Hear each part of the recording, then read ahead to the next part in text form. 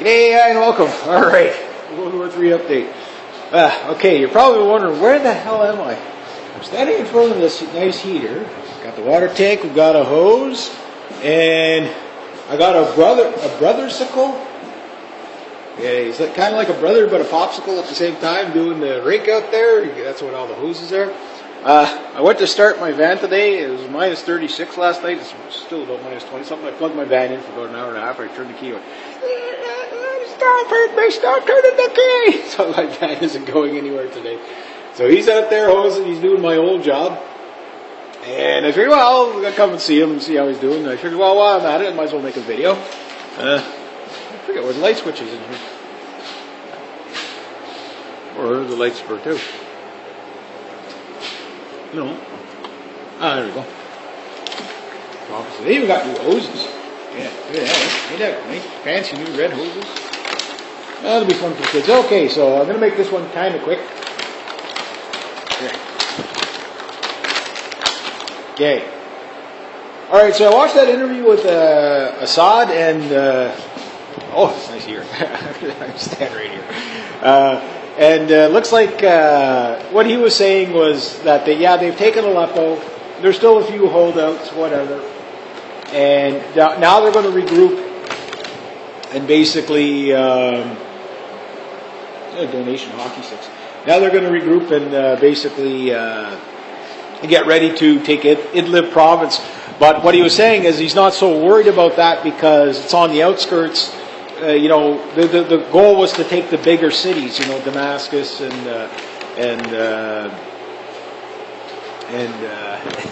trying to get the right angle here to warm my hands. Damascus and Aleppo. So they've got that. Remember 2 months ago he said, yeah, we're probably going to take Damascus, take Aleppo by Christmas. So the war isn't even close to over, but he also points the fingers who is basically supplying the rebels and stuff like that. And so it was an interesting interview anyway, whether you like him or not. It is a different perspective. And he still makes a good point. He goes, if the world, on the mainstream media goes, they got to be lying. Just think about it logically. And he does make a good point here. If he was such a bad dictator that everybody was against him, there would be, nobody would fight for him. You know what I mean? That type of thing. And there's true that nobody would fight for them. So anyway, moving on. OPEC is supposed to be cutting oil. The oil supply, they've cut a bit, but they're supposed to cut like a lot by January 1st, so get ready for oil to go up. U.S. halts weapon sales to Saudi Arabia over Yemen. So they're not really halting it, they're just kind of finding a way that they can get the weapons to Saudis so it doesn't look politically incorrect because of what the Saudis are doing to the Yemenis and the Houthis and all that, right? This one's kind of funny, and again, we see really clearly that they are trying to steal the election from Trump.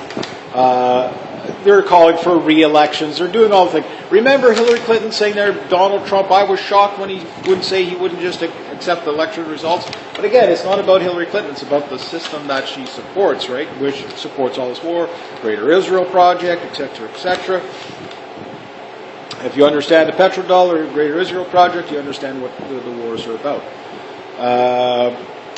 So it turns out in the recounts, more voters in Detroit than there were more votes than there were voters. So that means people voted several times. So I don't know. I think Hillary Clinton still had Detroit, but still, it shows you, the fraud, the actual fraud. The Federal Reserve raised rates 1.4%. They're talking about doing it 4 times this year. I think they're going to do this because they have a scapegoat if the economy goes south. So it's their second hike in 10 years. So, 0.25%. That's not really a rate hike. But it is a direction that they need to be going. I mean, if they were to do this, that means eventually banks would probably start making money again. And then at least they wouldn't become so insolvent. So the idea, as long as they don't drop rates, and they, as long as you're above 1%, there's possibility of. But the banks are still insolvent because they lend money out to people who can't possibly pay it back. Now, the canary in the coal mine right now is India, where India and Venezuela are getting rid of like $100 bills, $20 bills, $1,000 bills, that type of thing. You can go look at the denominations that they're getting rid of. But Venezuela is going to be issuing a $20,000 bill. So they basically went Weimar Republic, or kind of like what Mexico was when I was a kid, where a loaf of bread was 10,000 pesos. Well, looks like Venezuela basically, they have to devalue their currency. But in India, they're going cashless.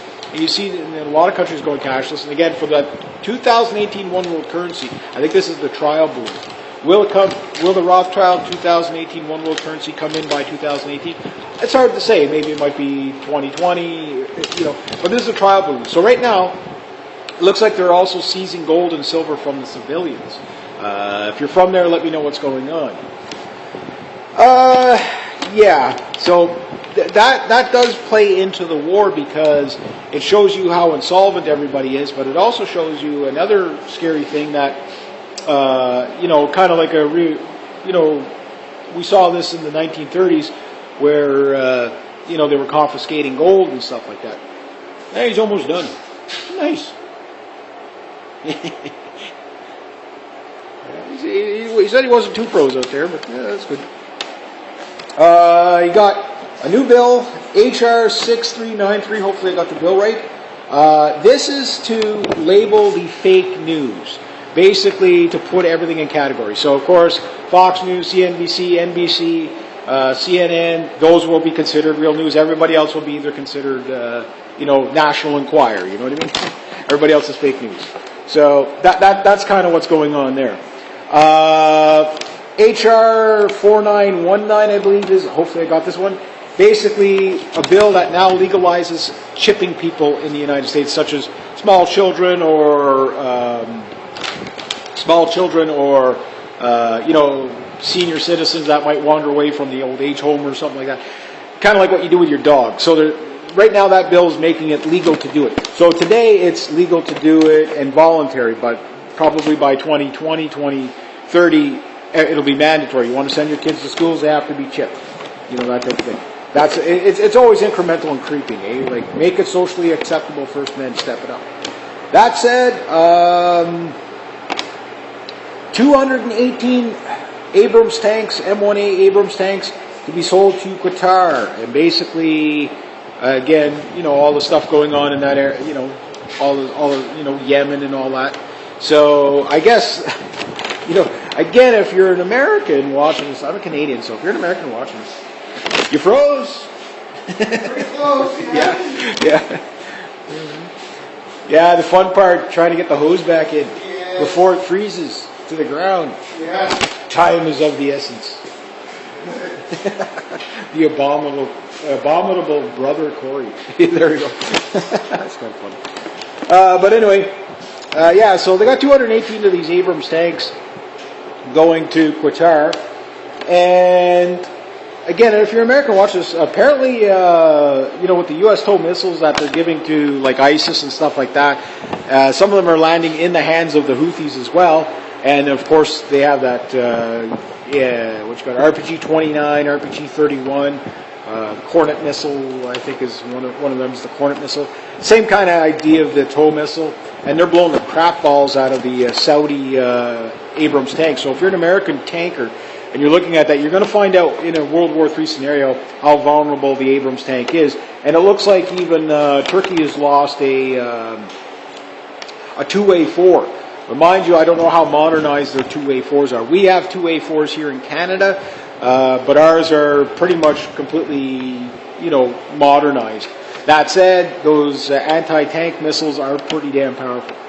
So they lost a 2A4 to a TOW missile, BGM or AGM-71 or whatever. And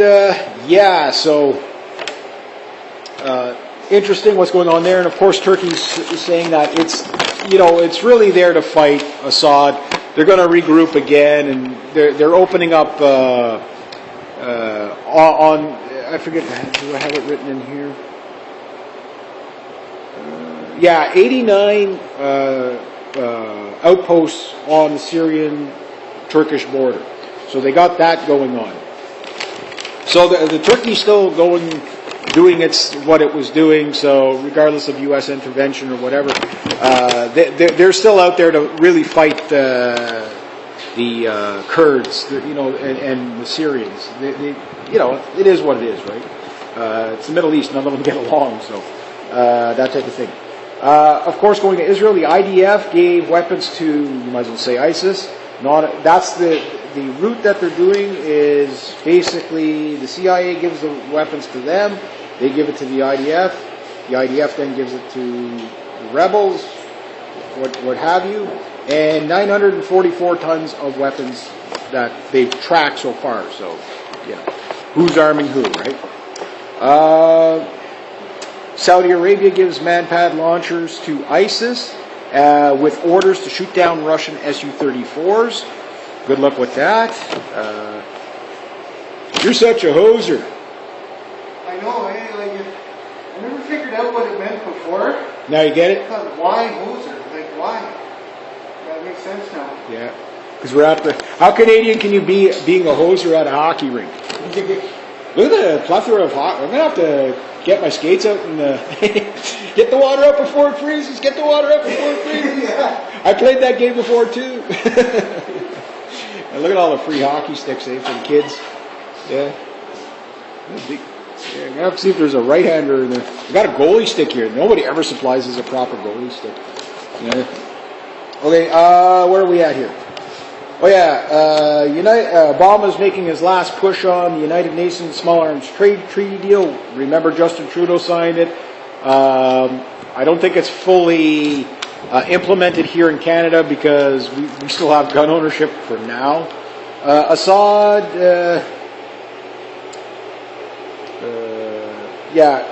said that in Aleppo that the food delivery from the UN and stuff like that only went to the rebels. It didn't go to the civilians. And there does seem to be evidence of that. So,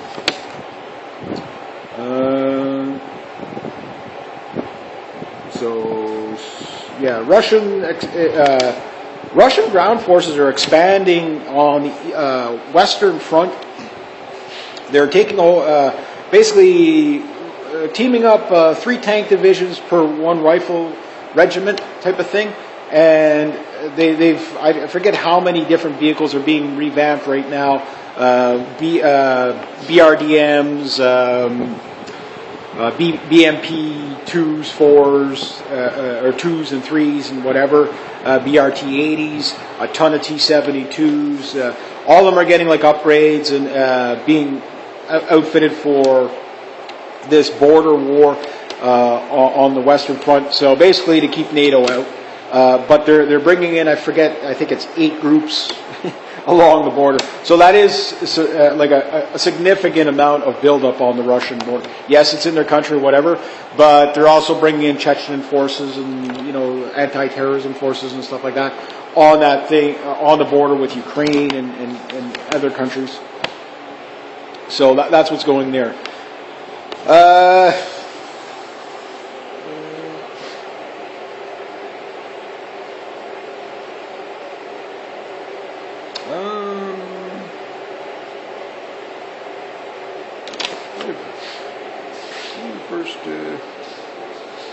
It's their first line of army of defense that's going on the Western Front, and basically there's going to be a short World War III just because it's kind of cold out today. But basically, the Russians again, they're not taking any chances, even with Donald Trump in there. In fact, things are a lot more crazy than what they were before Donald Trump. And if they are able to overthrow Donald Trump's presidency or delegitimize it, or however, you can see what the system is doing in the mainstream media. Although it is coming back that the counts are kind of becoming in favor, I think Donald Trump probably actually is going to win the popular vote with these recounts. But however, the idea is you got the CIA against them, you got the mainstream media against them, the banking system against them, his own party, it's cutthroats everywhere. So there's a good chance that they could possibly, especially with the Electoral College, how they're going to overthrow Trump's presidency, well, or at least attempt to. That's where the coup is going to be, and if they do that, well, number one, it would be hell to pay, but the other part of it is that there's a good possibility that that'll lead us more to war if they can get Clinton into power. So anyway, I'm going to leave it at about that, just because it's kind of cold out, and I thought I'd just do a quick World War III update. Normally they're longer and more analysis, but just keep people in to know what's going on. So if you like this kind of content, please consider making a donation channel. Links down below.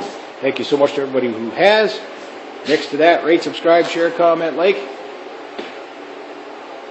Be true to yourself, be true to others. Always, always, always. Coming in? Yeah, there you go. Get the frozen hoses in. Get the frozen hoses in, brought in by a hoser. Anyway, have yourselves a great day. Donation hockey sticks. Now they're going to regroup and basically get ready to take Idlib province. But what he was saying is he's not so worried about that because it's on the outskirts. The goal was to take the bigger cities, Damascus and